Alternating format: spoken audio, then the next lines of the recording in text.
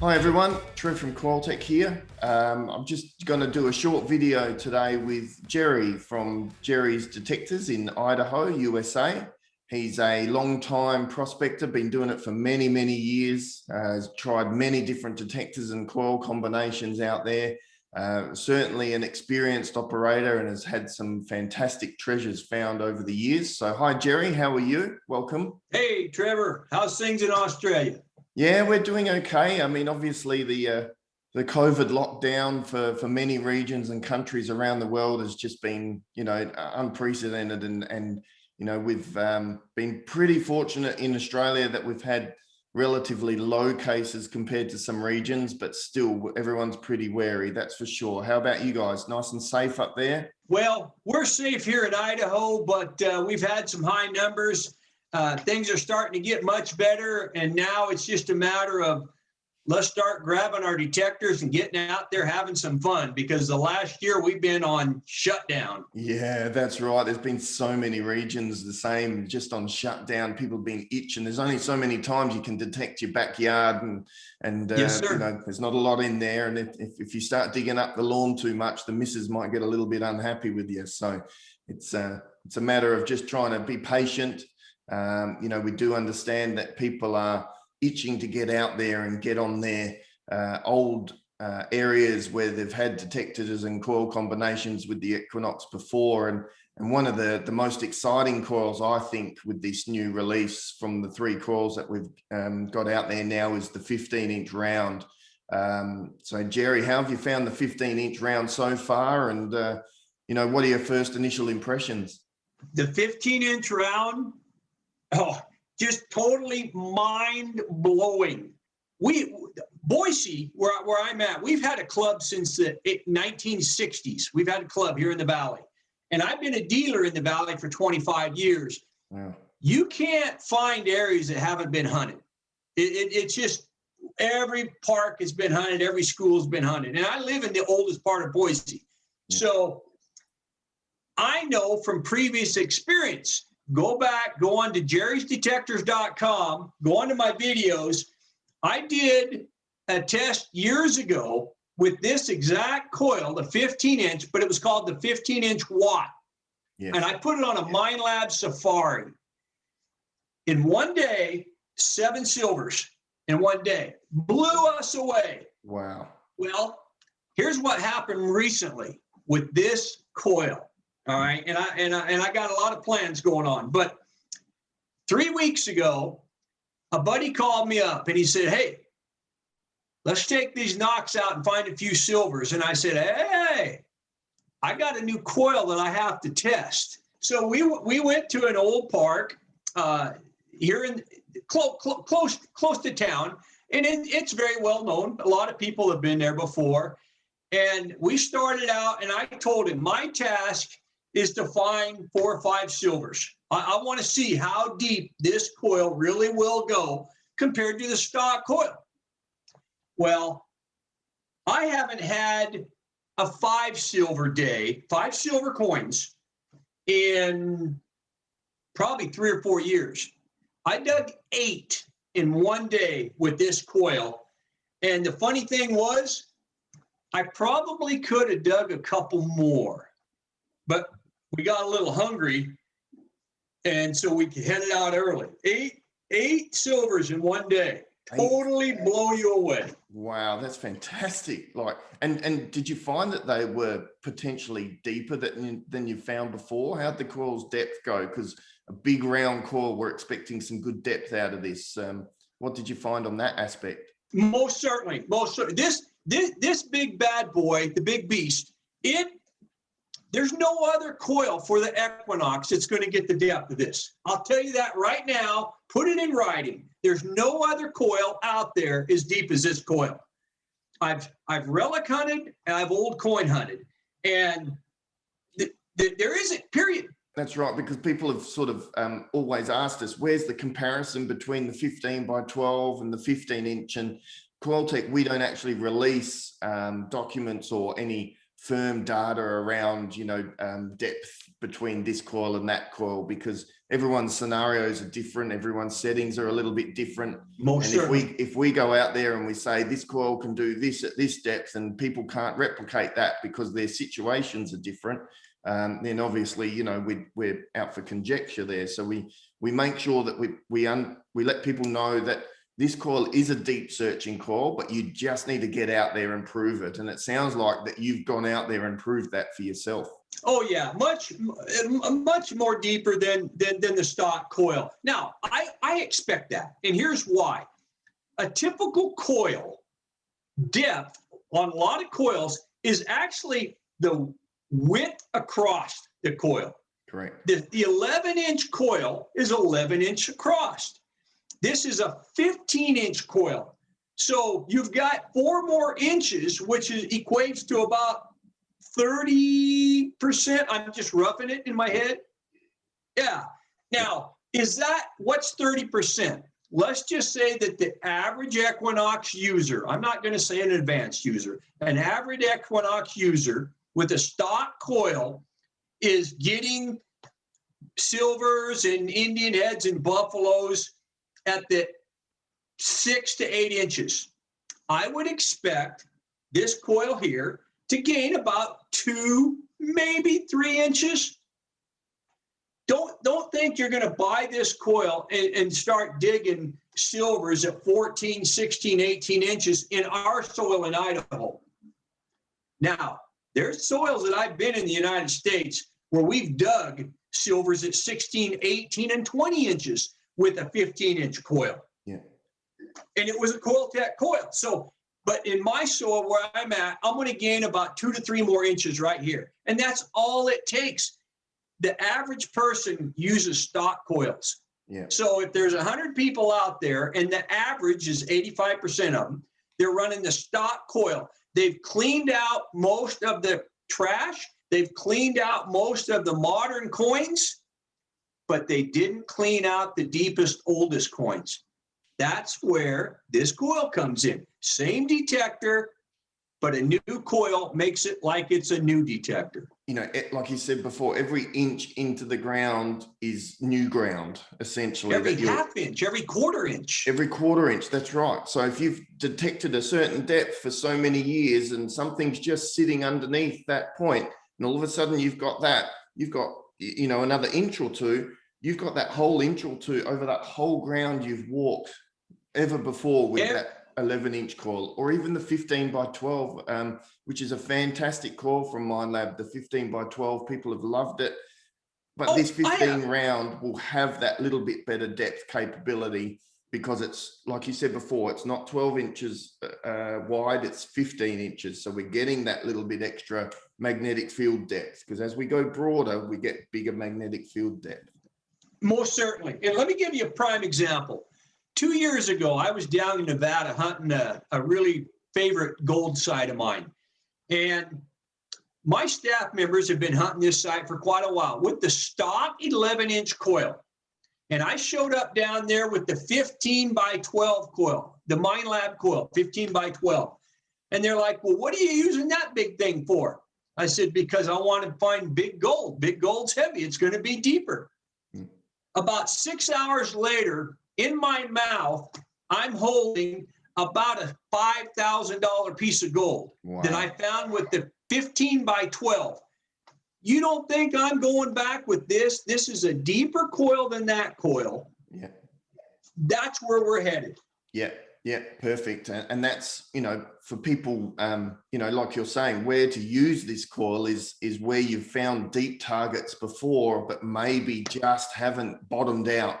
In some regions, like in gold regions, you can hit the bottom, which is the bedrock and all of that. And you know you can't really get much deeper because the gold's usually not in that bedrock. But if you, in areas where you're finding targets that are bottoming out in your 15 by 12 or 11-inch and there's still soil to go down there, the 15-inch will be a perfect option for that, for gold hunters and park and coin and treasure hunters too. Most certainly. Put it this way, if I'm looking for old coins, and you're an experienced hunter, every old site that you've been to and you thought you cleared out with any Equinox coil you could get your hands on. You thought you cleared it out. I guarantee this coil right here is going to go deeper and get you more fines. Yeah. It's just a matter of the extra depth that you get. So yeah, you did really well at those. Oh, I remember that one old site that we kicked butt. Go back there and kick butt again. Yeah, that's right. It'll do something different. Don't think it won't, you know. And sometimes you just need to have a little bit of patience with it too, because it's a bigger coil. You know, do you think it's going to pick up a lot more interference and you know, ground noise? And what do people do with that when they're actually getting a big coil? Is there some other settings you've got to change? You bring up a very good point, Trevor. And I'm glad you brought that up, because on a big coil, this is a big antenna. All right. If you're going to be in an urban old park in downtown and you've got a lot of transmitters and stuff going off of buildings and security, you might have a little bit of EMI issues. Bump your sensitivity down a couple clicks. You most certainly want to do that, because one of my staff that helped me do the testing on this, he was telling me, wow, I noticed that I had to go down on my sensitivity in order for the EMI to mellow out compared to my stock coil at the same place. Now, I knew that. The other thing is sometimes on a big coil, because you get so much ground coverage, if you have some trashy targets in there, it might skew the reading, the digital reading on your screen a little bit. It's not going to be as accurate as, say, the most accurate coil is going to be the little coil. The stock coil is going to be fairly accurate. This coil, it's going to be off a little bit. Why? Because you're seeing more ground and you're seeing more targets. But if you use your ear to pick out those high tones, use your ear. If you hear that high tone in there, you better be checking it out. Yeah. After all, you're going after deeper targets. A bigger antenna will get a little bit more EMI. Turn your sensitivity down. So when they turn their sensitivity down, do you think they're, you know, people can be a bit concerned that I'm not getting as deep? What's, you know, how do they sort of get that and their heads around the fact that, oh, I'm down on sensitivity, I'm not getting the same depth? Well, first of all, if you think that if I turn my sensitivity down, that yes, I could lose a little bit of depth, I guarantee you're going to get more depth than the stock coil right off the get-go. Even if you have your I bet you even if I had my sensitivity, well, I know at 3 or 4 clicks, I normally run at 19. I was running this at 19. I was getting EMI. I've done this long enough. I know EMI from a good hit. Yeah. EMI chatter. I run wide open when I run my Equinox. Meaning with the horseshoe. I turn the horseshoe on so it accepts everything. I like iron. Every noise my machine make is music to my ears. A little bit of EMI, I don't mind. A lot of EMI, I go down. I was running 19 with this coil. I bumped it down to 17 and it smoothed out right a bit. I could get 20, 21 with my stock coil, but then when you take a target and you sweep it over and you're like, oh my gosh, I'm still, even if I went down 3 or 4 clicks to smooth out the EMI, I'm still 2 inches deeper. So no, you're not going to lose depth. And in fact, if you, on any metal detector, if you run too much sensitivity, you get what they call overload. You have to find that happy medium. So don't be afraid to adjust your sensitivity. The big coil is going to do its thing, because from here to here, that extra width is going to give you the ground depth penetration that you want for the old stuff. Yeah. It don't hurt to go back a couple on the sensitivity or gain a couple clicks. And you're saying with the bigger coil too, it's seeing a lot more ground. So mineralization, do you think it's going to have, you know, to change some sort of settings for mineralization, or what would you sort of suggest people to do if they hit a mineralized area with this big coil? You might, I'm pretty sure if it's a highly mineralized area, you're going to see that. I already have in fact, he says, hey, I want to be a tester. So he knows who I'm talking about. He sent me a picture of he's running this coil down in the salt water in Florida. Yeah. And he's running lower sensitivity, but he's still getting phenomenal depth. First of all, salt is a mineral. So most detectors, when you run in salt water, do not perform very well. But then when you run in salt water with a big, deep coil, all right, there again, you might need to go into your ground balance and readjust your ground balance some, and also go down on your sensitivity. You're still going to make up for it. He hit a nickel, he said 15, 16 inches on a nickel with a sensitivity, I think he said his sensitivity was around 10. The sensitivity on an Equinox goes to 25. He's running 10 on a sensitivity, and he's getting that kind of depth on a nickel, which is right where a gold ring reads. That's pretty good. That's pretty good. I mean, that just shows, like you're saying, that the size of the coil is compensating for that reduction in sensitivity. It doesn't mean that it's just blinding that coil. And when you reduce sensitivity, it doesn't mean every notch that the field goes like this up towards the coil. It's just the sensitivity of the whole situation, the whole situation that the coil's seeing with interference, ground noise. It can affect a little bit of target noise and target response as well, but it's not as drastic as what some people may think it is. Here's the thing, a newer operator is going to notice, and folks, I want you all to understand, you're going to gain more depth. That's for sure. If you're newer, you're not going to understand picking up a little bit more EMI. Just trust us on this. Drop your sensitivity 3 or 4 clicks. Go in and do a manual ground balance.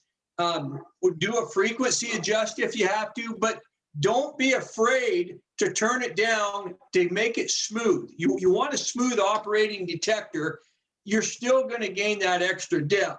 And as I mentioned earlier, your VDI numbers, all these guys, they walk around and they're looking at their screen waiting for the right number.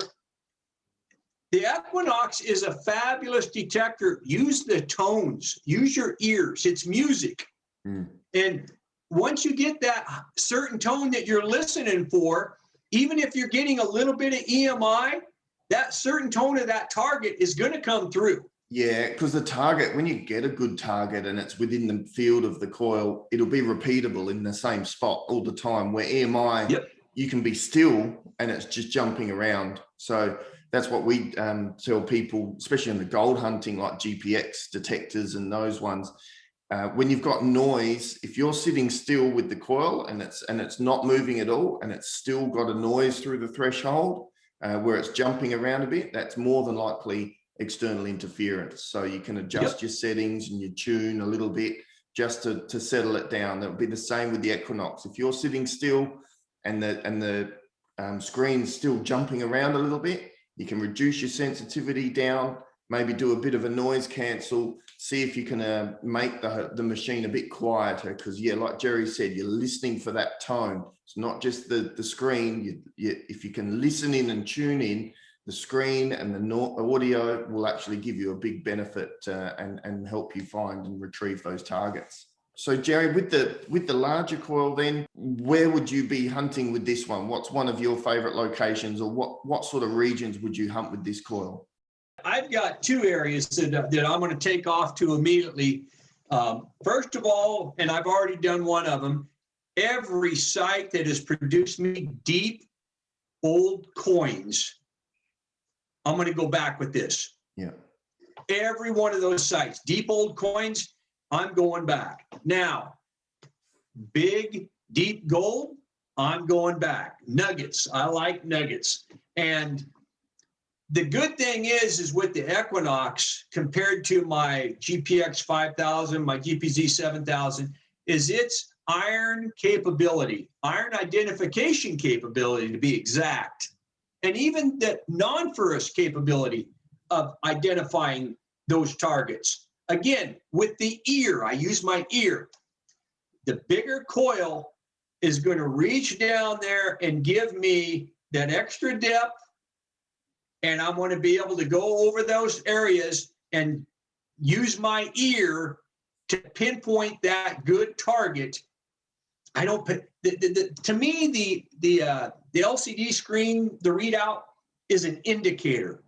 It's all up here. Yeah. That's why I like the Equinox. It's all up here. So with the response that these coils are giving, you're finding, the audio is really good.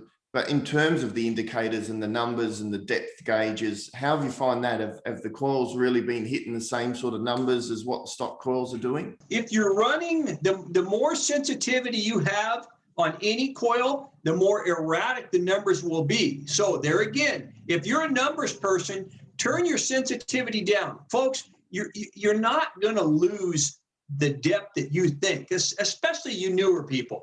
The experienced guys, we know that. That's why we run our sensitivity down. But if you want to run it high, even if you have the stock coil, your numbers are going to bounce around a little bit more. The lower it is, the more accurate that ID is. Yeah. If you're an ID person and looking at the screen, if you pay attention with this, you can get away with a little bit higher sensitivity if you wanted, but you got to understand sounds from EMI sounds from target sounds. That target sound is going to repeat, like you said. And this is what I do with this coil. Beep, beep, beep, beep. And then I turn and I go this way. Yeah. Now it's hard to do it when I'm in air, but I'm sweeping left to right, and then I turn 90 degrees and sweep left to right, and it's usually going to be somewhere in this sweet spot, right in through here. That's when the targets are a little bit further away from the coil, they go more central to that crossover, don't they? Yes. Well, it's kind of hard, but yes, it's going to go down like this. So the deeper it is, the narrower it is, and then it comes up and it gets wider and wider. So it's not a concentric mono, but it's more of a round like that. So anywhere through here gets narrower and narrower and narrower on this coil. If it's a surface target, don't forget, you might get that triple beep, beep, beep, beep, beep, beep, beep. Yeah, as it goes and past all the windings. On that, we lift the coil 3 to 4 inches. Yeah. And so do you find that the nose of the coil is still sensitive enough for target? Most certainly. Right up here is a hot spot. I love doing the heel toe method. Yes, sir. Now, it's not elliptical to get in them cracks and crevices, but that's your hot spot for pinpoint. Most certainly. And like you're saying, because it is a round one, it's not as maneuverable as the elliptical, but it's really not designed to be like that. It's really the open parks, the open fields, the sandy areas like in the beaches. And these ones we make all fully submersible. Would you take this one in the water, and how would you think it would perform?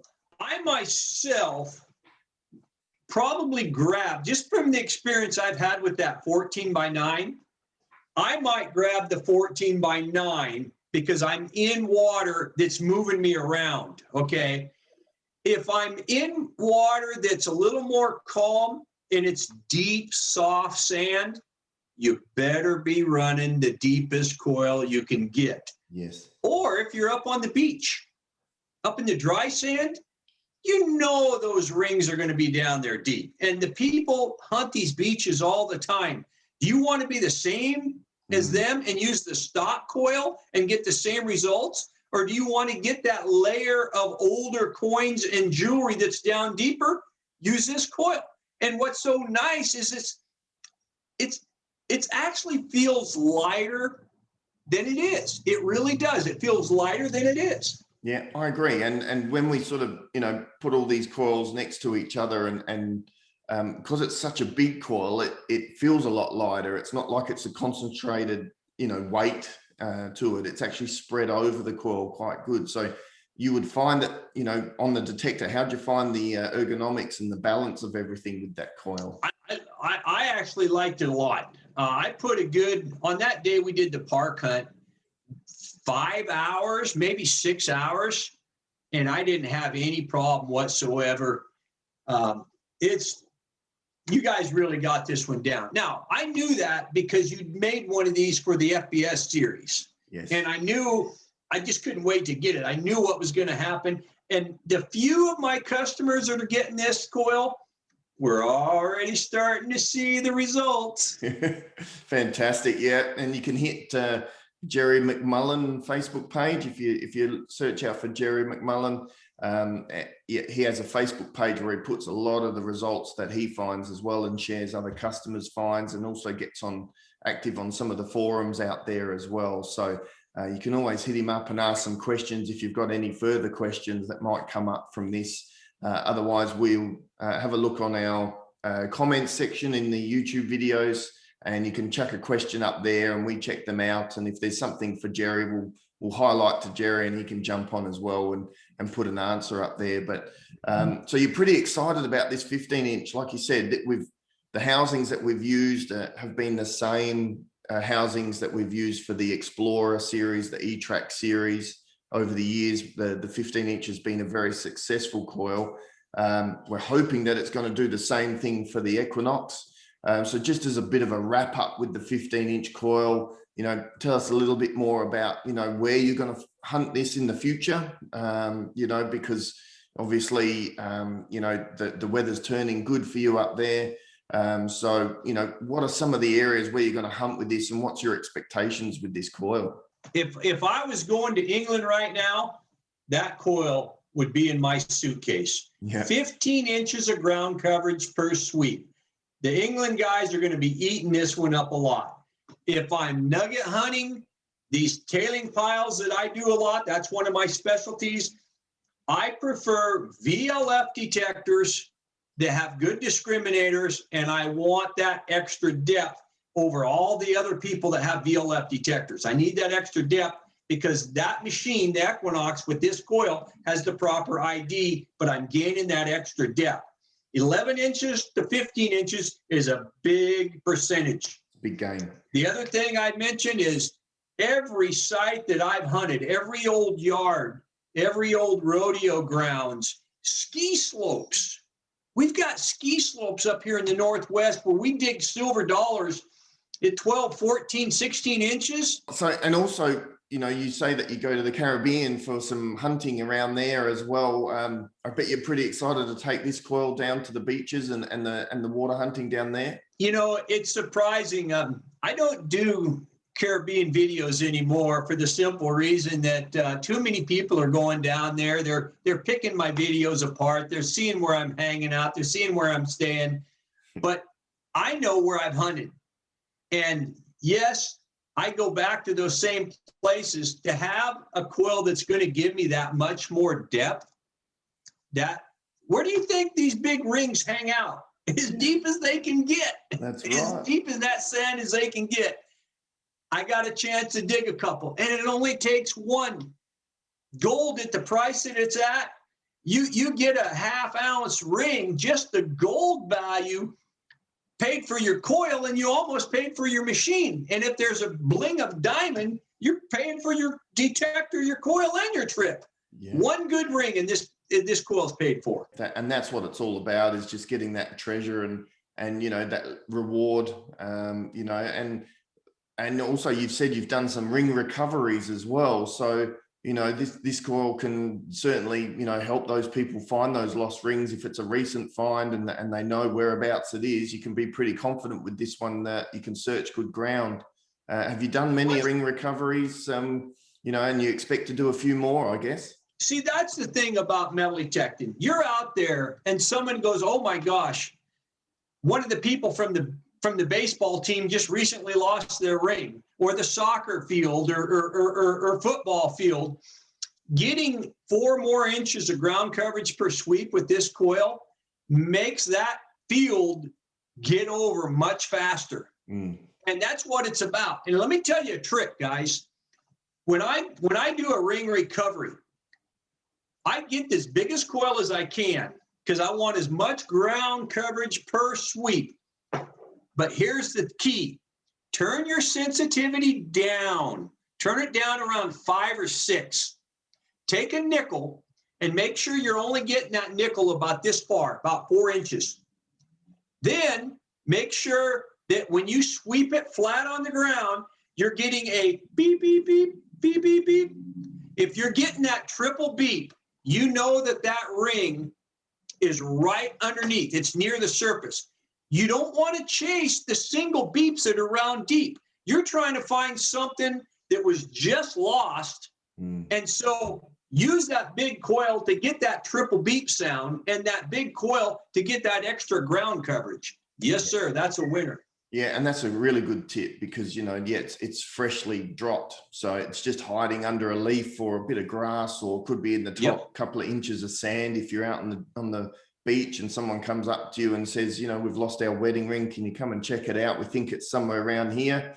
And, you know, when you're in the water, it can be a little bit different because rings can sort of tumble and float away with the current. So, you know, but it still be on the surface. It won't be that far down. So with the 15-inch coils, we talked a little bit about the pinpointing and sensitivity. You know, you'll find that the small targets are still going to be seen okay with this coil. Have you had any opportunities to find small targets and pinpoint them quite well? Small is a pretty broad term to me, because I can dig pieces of gold the size of a pinhead with some of these detectors. So when you say small, I'm going to say this. When I go to a bigger coil, I'm not necessarily trying to find the tiniest of targets, okay? Yeah. That's where I go to the 10-inch lip coil that Coiltek makes. That's going to get me that smaller, tiny nugget. But if it's a diamond stud ear ring, oh, I've already tested those on here. Hey, it's just fine. So we don't have to worry about that. You're not losing sensitivity of, oh, I'm not going to find a $1 gold coin, or I'm not going to find a half dime, or any of those rare coins that we all dream about finding just because I went to a big coil. No, you're still going to get those, but you're also going to get those at a little bit increased depth. A diamond stud earring, a 1/10 of a grain, a 1/10 of a gram piece of gold, you'll hear it, but you've got other coils that'll do better, in my opinion. Yeah. So what you're saying is this large coil suited for a certain, you know, target size, really. Yes, sir. Most certainly. And so the small ones, good sensitivity, good maneuverability, but, you know, looking for those smaller targets, that's where they're really going to be forte. That's their forte. And then the 15-inch, you're saying it because it's a bigger, broader coil, the larger, deeper targets is where it's at for those. Yeah. I'm not necessarily trying to find tiny pieces of gold with this. Yeah. I'm not saying it won't. I've already tested little pieces, but that's not what this is designed for. Why do you think we have so many coils for one detector? If you don't, folks, you're missing out. You're really missing out. Now, you can buy a bunch of different detectors, or you can buy one detector and a bunch of different coils, and you're not even really buying a bunch. You got the stock 11-inch coil. You got a 15-inch coil, which is going to give you more ground coverage and more depth.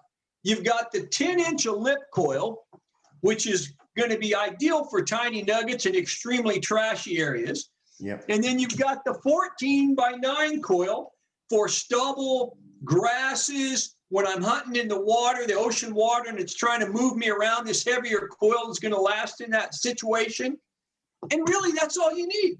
Yeah, that's right. And you know, each coil will be designed for, you know, that different opportunity in that ground, but it doesn't mean that you just use that one coil in that ground. Have you sort of had situations where you've had parks or areas where you've used a couple of coils over the day and just to try and give you a bit more yield and target retrieval? Most certainly. The whole idea is when you walk away from a site, you have taken every coil over that and gotten as much as you can before you say, I'm done.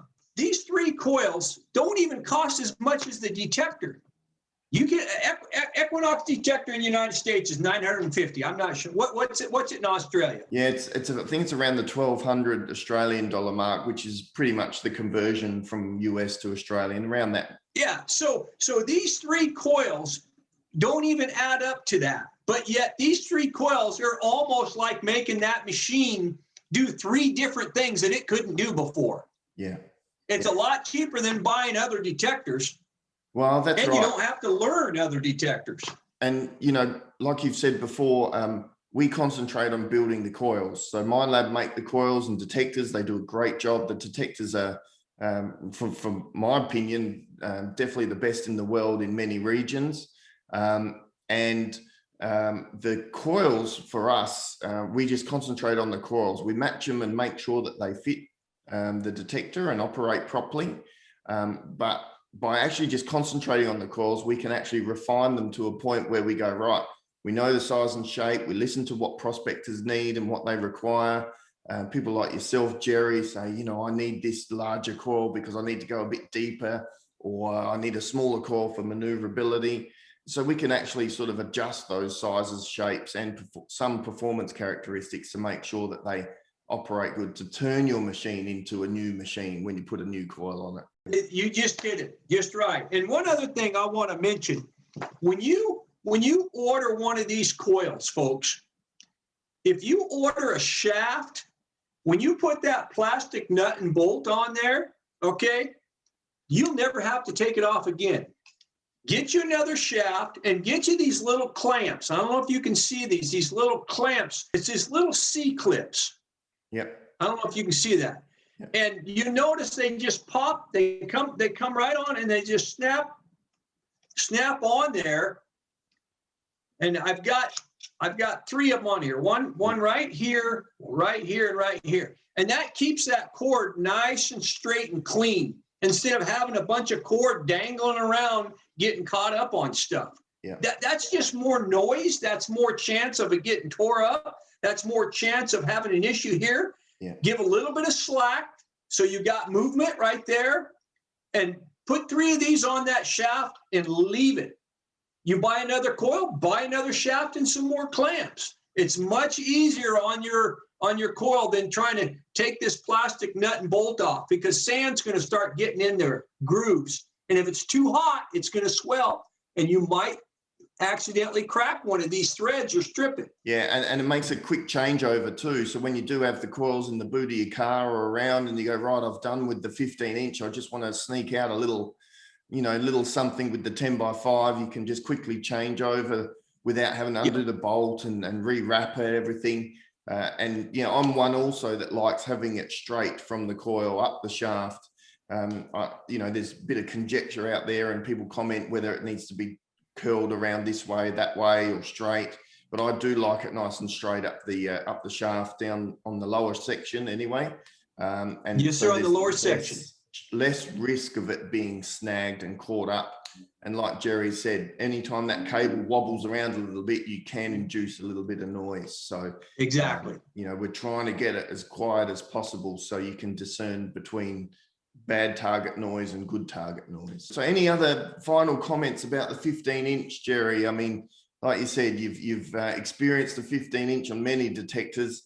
We're looking forward to seeing what you find with this one, but any other final comments about the 15-inch for the people out there? I would say this: if you're an old coin hunter, and that's what most of the people are out there in the masses. They're old coin hunters. They like to dig that silver in the United States. The first thing I would do is I would get the 15-inch coil for my NOX, the NOX 15-inch coil, and I think it's really going to surprise you. Folks, I'm not here to tell you you're going to gain 8, 10, 12 inches. I'm not saying that. But when you can take your pinpointer and stick it down in the hole, and it's below the ground level, and your target's still down there, you know that 15-inch coil is doing its job. Fantastic. It is a deep searcher. We're really looking forward to seeing, more of what it can do out there, because really today is the 3rd of April. So it's been out there for 1 month exactly. out in the public.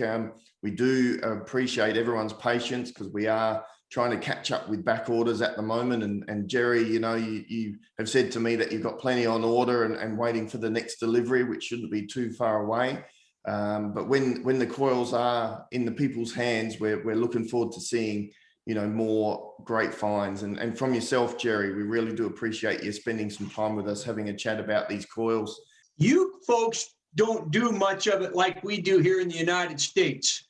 But when we hunt Civil War camps, we like to find the trash pits. When we hunt old mining camps, we like to find the old privies. We've got beer can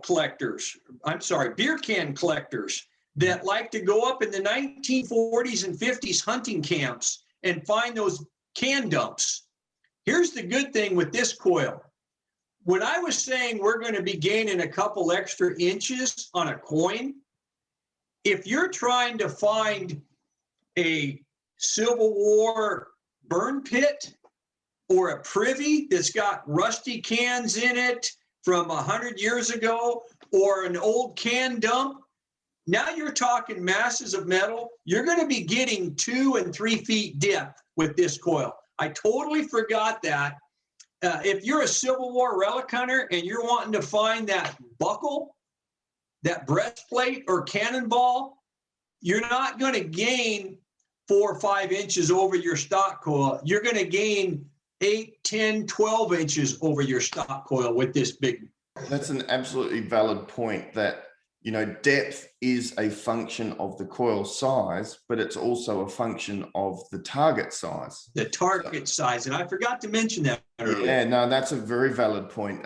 So the larger the target, the more surface area that's pointing back up to that coil, the more field strength that's producing back to the coil. So you're going to find larger targets down deeper, and we're talking some crazy depths with large targets. Now, the target does need, you know, something like a small dinner plate size. If something like that was in the ground, yeah, you could easily get 2 to 3 feet because it's just so much, you know, target response there. You know, it is relevant to the size of the target. That's a good point. Most certainly. That nugget I found last year was 14 to 16 inches. And wow. Just when I did an air test, now that's just an air test, but I was gaining an extra 2.5 inches with this coil over the Mine Lab 12 by 15. Yeah. So this is a full 15 round. I gained an extra 2 to 3 inches. Yeah. That could be another nugget. That's right. That's the difference between hearing it or not. And look, just a quick word of caution out there. There's a lot of air tests going on. Air tests are not as true representation as in-ground tests. They do give you a little bit of indication, but you know, what you'll find is that probably 90 to 95% in air tests, the coils can see very similar. So the 15 by 12 and 15, if you're going to do an air test on that, there's going to be some similarities. It might not show up, but when you start getting like a Coke can, that's where you can start to see some really good depth gains, and you know that this is going to be doing something different. So, you know, but the coins, we can expect 1/2 to 1 inch to 2 inches, depending on the size of the coin. In ground, yes. Though, it's air tests are totally different. Thanks, Gerry. Appreciate your time with us. Where can people find you on the socials? My website is www.gerrysdetectors.com, and you can click on Contact Gerry. Also, you can see me on Facebook under Gerry McMullen, or I'm hanging out on one of the best sites out there, a forum called detectorprospector.com, and Gerry in Idaho. That's me. Excellent. Thanks, Gerry. If you're around Idaho, you go and check it out. Go and shake his hand. He's always welcoming you, and a very good operator. And we do appreciate your support and effort with the Coiltek stuff too, Gerry. You've always been a good advocate for Coiltek. So something that we very much appreciate. Bye for now, and we'll catch you next time.